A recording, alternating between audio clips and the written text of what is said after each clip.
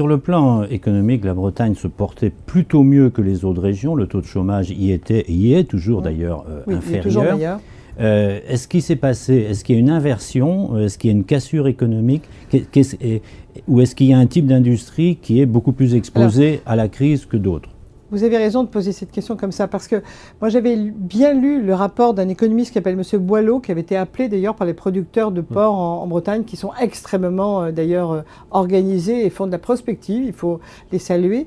Et ce rapport donc fait juste après la 2008-2010, après la crise, le cœur de crise qui est 2008-2010, expliquait qu'à partir de 2012-2013, on aurait le contre-coup de la crise sur l'agroalimentaire. Et ces arguments étaient de qualité, mais c'est ajouté à ça quelque chose de fort qui est une opposition avec l'Allemagne et son absence de SMIC. Je suis allée devant les salariés de chez GAD pendant une grosse demi-heure discuter avec eux. Directive des travailleurs détachés, SMIC allemand.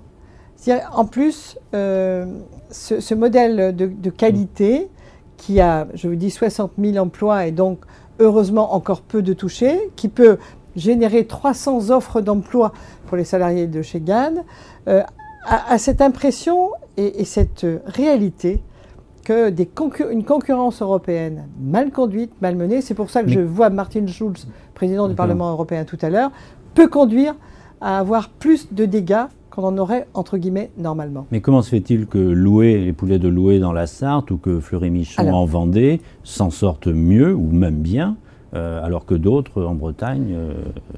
Sur une crise comme celle-là, il faut toujours chercher les niches qui permettent d'éviter les coûts marginaux, etc. Enfin, je ne vais pas faire de la pseudo-économie, mais il est important d'avoir des niches de qualité. Nous en manquons.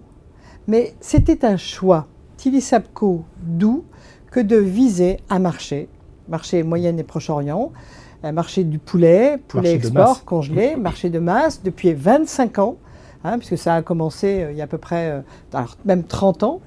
Et c'était un marché extrêmement ouvert, dont la concurrence brésilienne a été mésestimée, économiquement parlant. Donc, une niche, mais une niche qui a vécu grâce à l'Europe, et la Bretagne doit beaucoup à l'Europe. Il ne faut jamais l'oublier en termes de politique agricole commune, et des subventions publiques pour aider à mettre, non pas à égalité, mais à se heurter loyalement, économiquement, avec les Brésiliens en particulier ou d'autres. Et je pense que c'est ça l'erreur. C'est qu'à un moment donné, on attend les restitutions ad vitam aeternam. Il n'y a pas de restitution ad vitam aeternam. Les subventions à l'exportation.